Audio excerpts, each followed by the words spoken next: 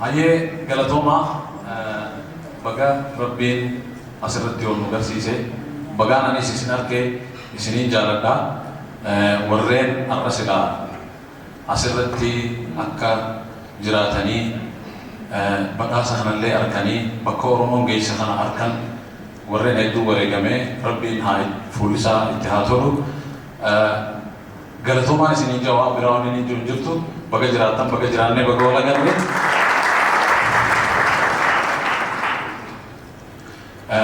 barani tafarraa badhaasaa kana kennuudhaaf asirratti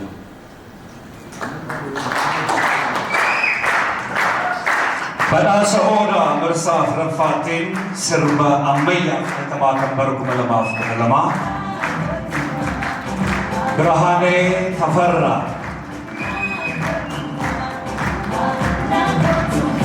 የ2012 ምርጥ ዘመናዊ ሙዚቃ አሸናፊ ብርሃኔ ተፈራ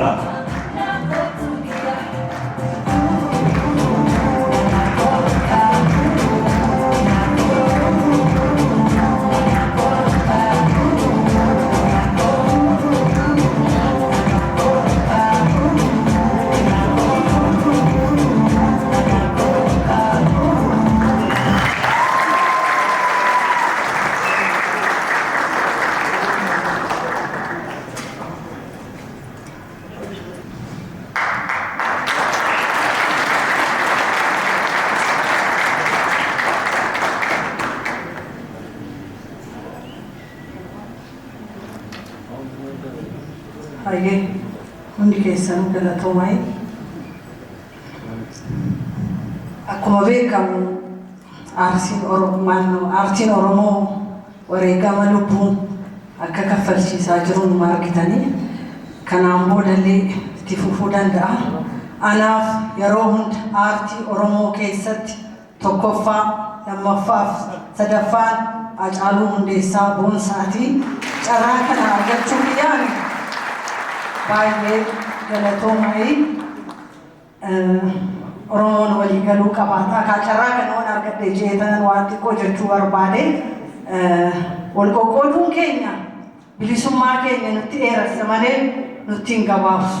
Walii galaa Rabbiin sin qabe galatoomaa fayyaa ta'aa.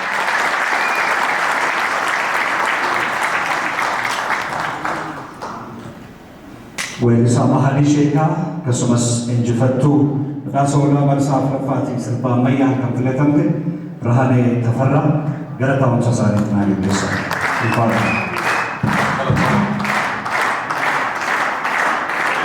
ከኢማምቶota sirba ismuutii bara 2012 በ2012 ዓ.ም የዓመቱ ምርጥ የሙዚቃ ጥምረት እጩዎች አዳም መሐመድ ደራርቱ ጉተማ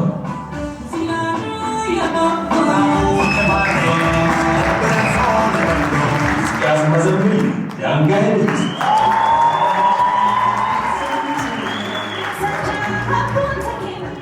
ጂማ ገለታፊ አውይ ፈሪ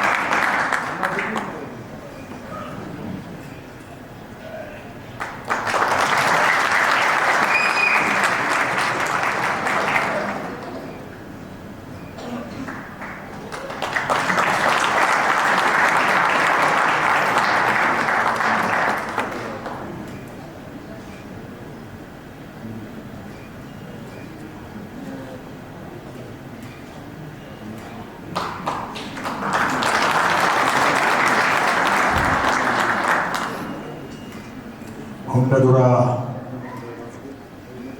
uummata Oromoo sagalee nuuf ta'e waan nuti hojjenne irratti sagalee nuuf kenne akkuma jedhamu uummanni Oromoo maan keessaa dhaban akkuma jedhan hunda keessaa nu arganii guyyaa har'aa kan nu cinaa dhaabbatee mirgaas dhaabbatee bitaa dhaabbatee duraas dhaabbatee duubaas dhaabbatee kan nu bareechu sooressa artii kennaa yoo dubbatu kan irraa midhaagu yoo hojjetu kan irraa midhaagu simboo qabeessa waltajjii kennaa weellisaa waan hundaa midhaagaa Hacaaluu Hundeessaatiif yaadannoo isaaf akka ta'u gamanumaan isiniif horaa bulaa harkaan kennannu ulfaadhaa wayyumaa wal jaaladhaa wal cinaa ejjadhaa isiniin jedhaa ulfaadhaa.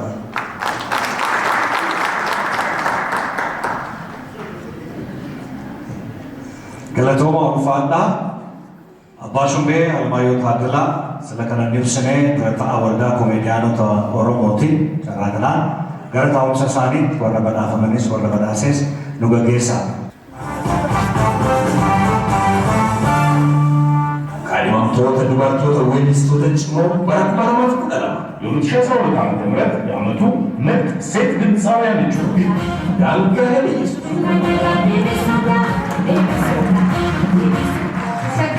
ኤልሳ ንጉስ አቡነ ኢየሱስ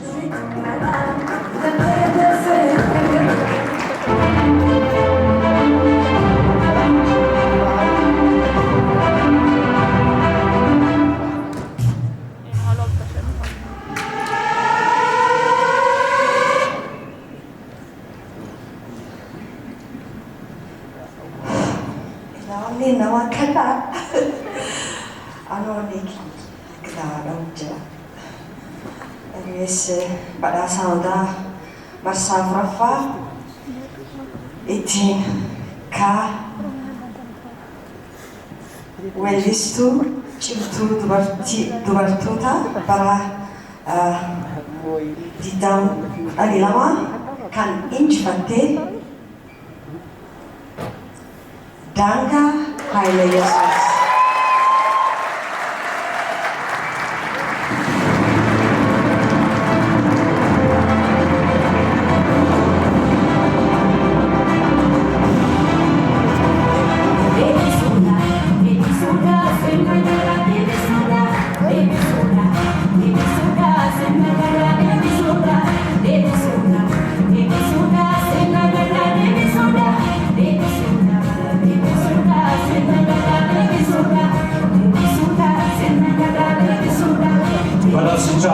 Fudhachaa jiruuf leencoo Fiqiruuti bakka bu'aadha. Kan daariitti godhe Amaanu'eel nu gidduutti argama daayirektara Cimaalaa Hamlee Laataa fi ifa wanaaf argatu. Isatti aansuudhaan akka carraatee daangaa biyya keessa jirtu biyya alaatti bakka wayii fuudhuutti gammachuu guddaan itti dhaga'ama. Daayirektara isaa isadha Hamlee Laataa fi akka carraatee daangaa biyya keessa jirtu dhuguma daangaa nama cimtuudha. Waggaa keessatti nama viidiyoo lama dalageedha. Biyya alaa dhuftee ji'oota muraasa qofaadha kan biyya kana keessa turte. Ji'oota muraasa sana gidduutti garuu viidiyoo lama hojjettee deebite. Kanaaf dhuguma dubbachiftuudha. Hamlee Laataa fi galatoomaa. Galateeffannaa ሁላችሁንም አመሰግናለሁ። ገረታውን ሰሳን ይገኛል።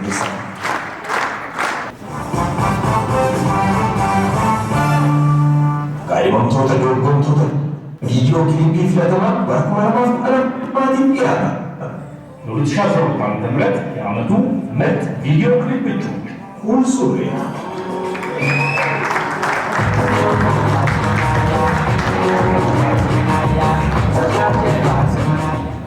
አንዷለም ጎሳ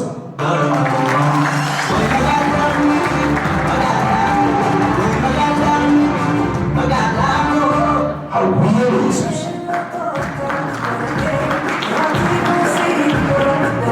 ስንሻው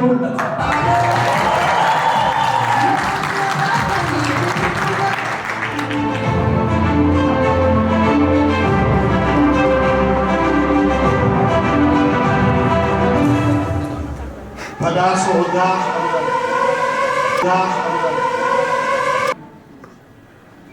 video clipii filatamaa bara 2012 kan injifate Kun Surre.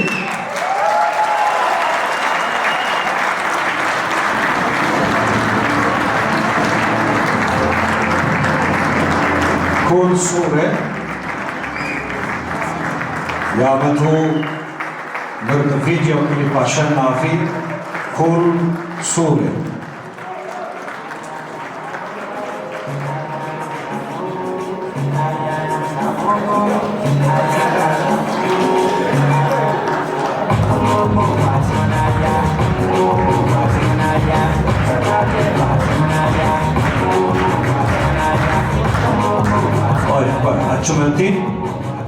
Achumatti studio filatama video clipin itti hojjetame የዓመቱ ምርጥ የሙዚቃ ቪዲዮ ስቱዲዮ ክሪስ ፕሮዳክሽን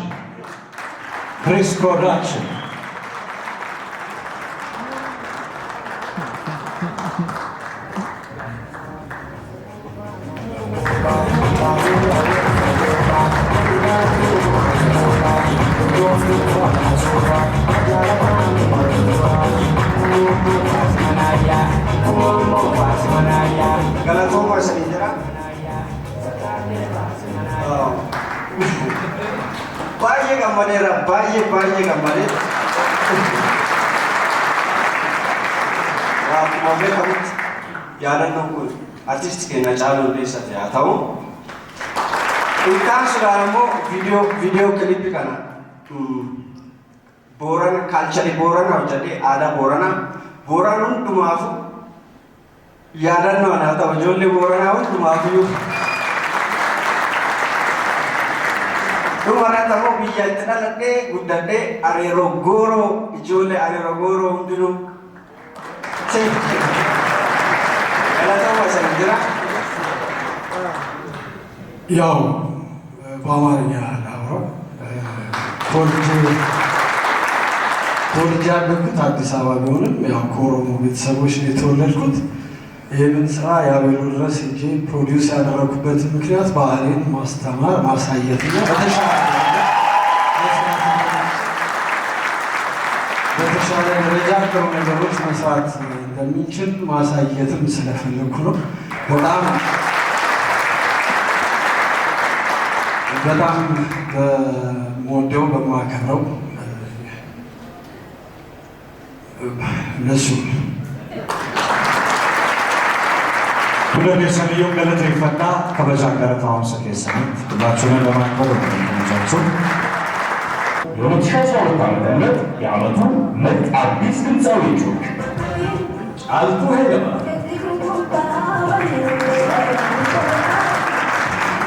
ነገረማ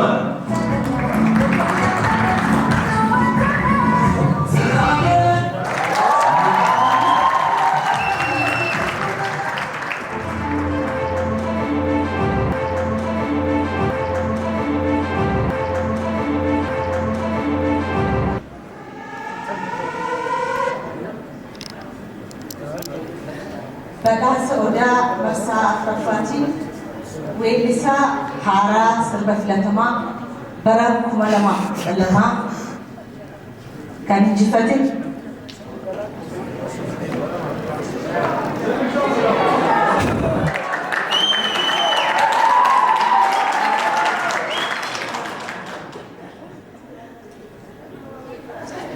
Sirna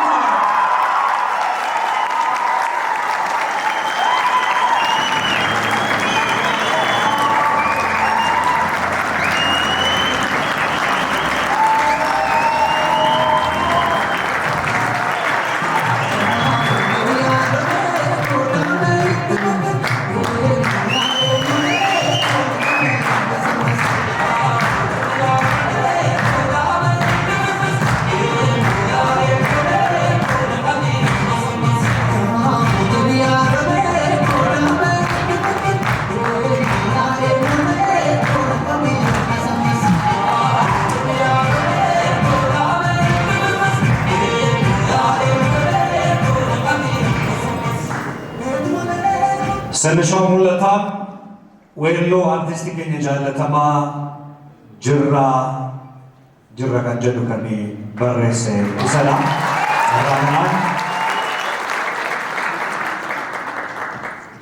የጅራ የሀጫሉን ሙዚቃ ደራሲ ራሱ ስንሻው ሙለታ ነው። አሁን ደግሞ በምርጥ የዓመቱ ምርጥ አዲስ ድምፃዊ በመሆን ሽልማቱን ተቀብሏል። ዋሊት ደጋሜ ጋፈዳ ዋንጀል የቀባቴ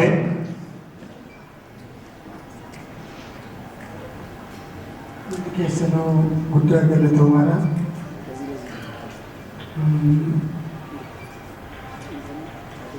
Sila tokko carraa ta'ee aftaani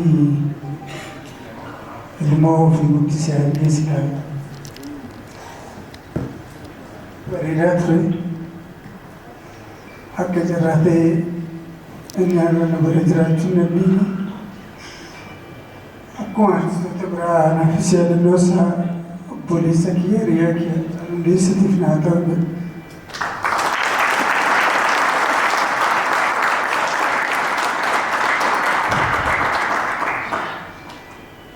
Biraa dhabummaa kana keessaas ta'e namoota hedduudhaan akka wal baru kan na godhe hiriyaa kiyya yoo isaan ta'uu guddaan isa galateeffata. Musikaan kun bareedee akka simbira ga'u gurraaf tolu godhee kan simbira ga'e Daawit Taaddasa viidiyoo isaa kan hojjete Biruu Girmaa hiriyoota koo obboleessa koo fi maatii koo hundumaa guddaa galatoo isin galateeffadha. Kan na filattan galatoomaan isin jedha maanaa isin nutti kennitan ta'uudha hundumattis.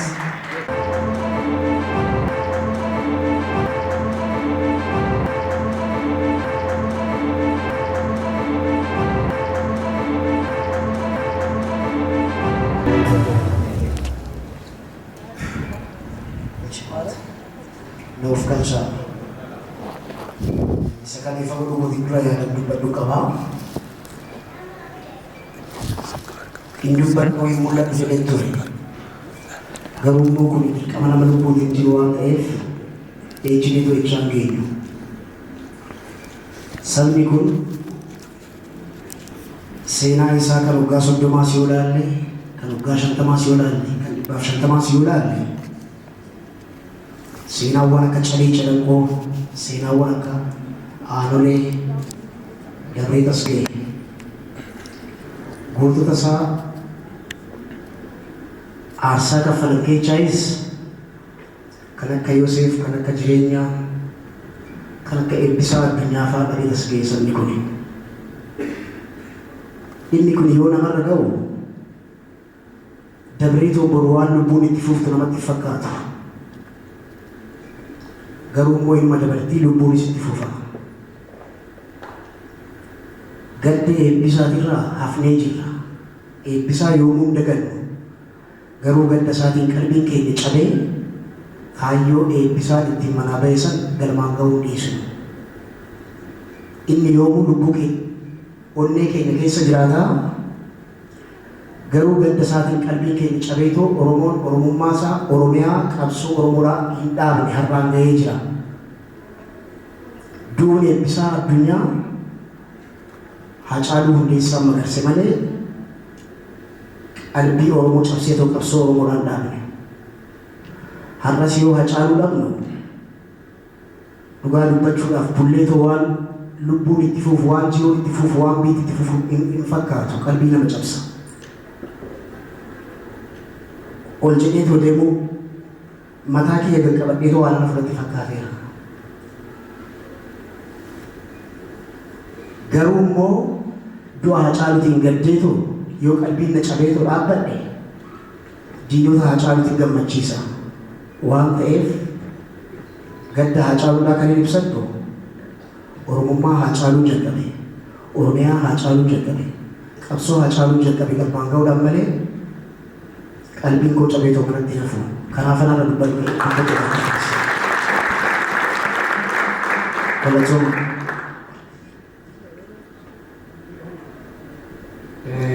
Badhaasa Odaa marsaa afuraffaa kan mo'atee sirba qeenxee filatamaa kan ta'e 2012 weellisaa Caalaa Bultumeeti.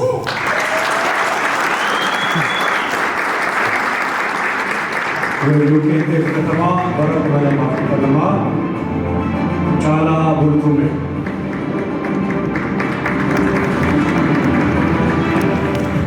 የዓመቱ ምርጥ ነጠላ ዜማ አሸናፊ ጫላ ቡልቱሜ።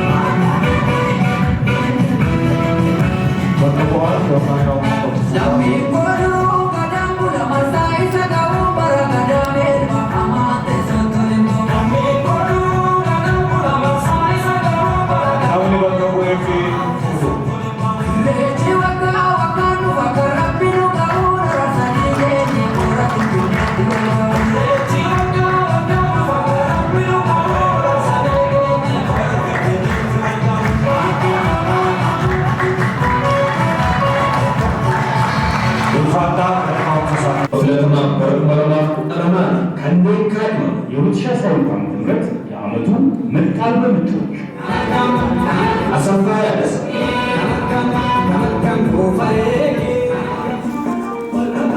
ኬኪያ በዳዳ፣ ይስሐቅ ሳሙ፣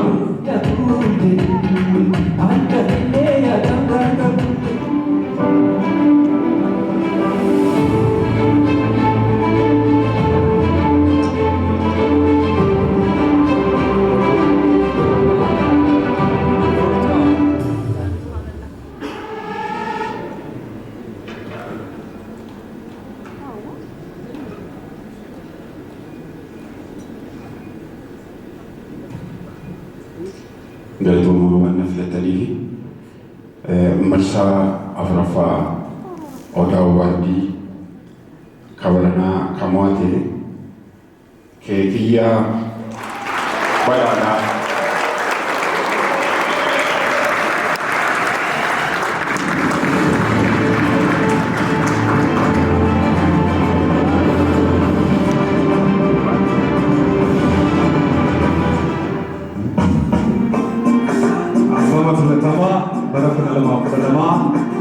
weellisaa keekiyyaa badhaadhaa የ2012 ዓመተ ምህረት ምርጥ አልበም ድምፃዊ keekiyyaa badhaadhaa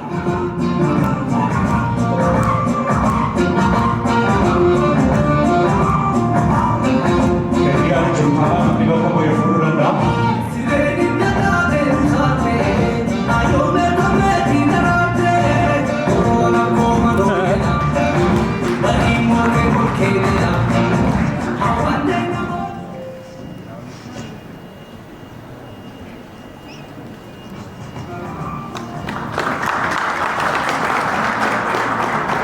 Uffannaa baga waggaa arfaffaa badhaasa Odaa geessanii badhaasa Odaa marsaa arfaffaatiin ogeessi aartii dhageettii olaanaa qabu bara 2012 kana kan injifate istuudiyoo Raayyaa.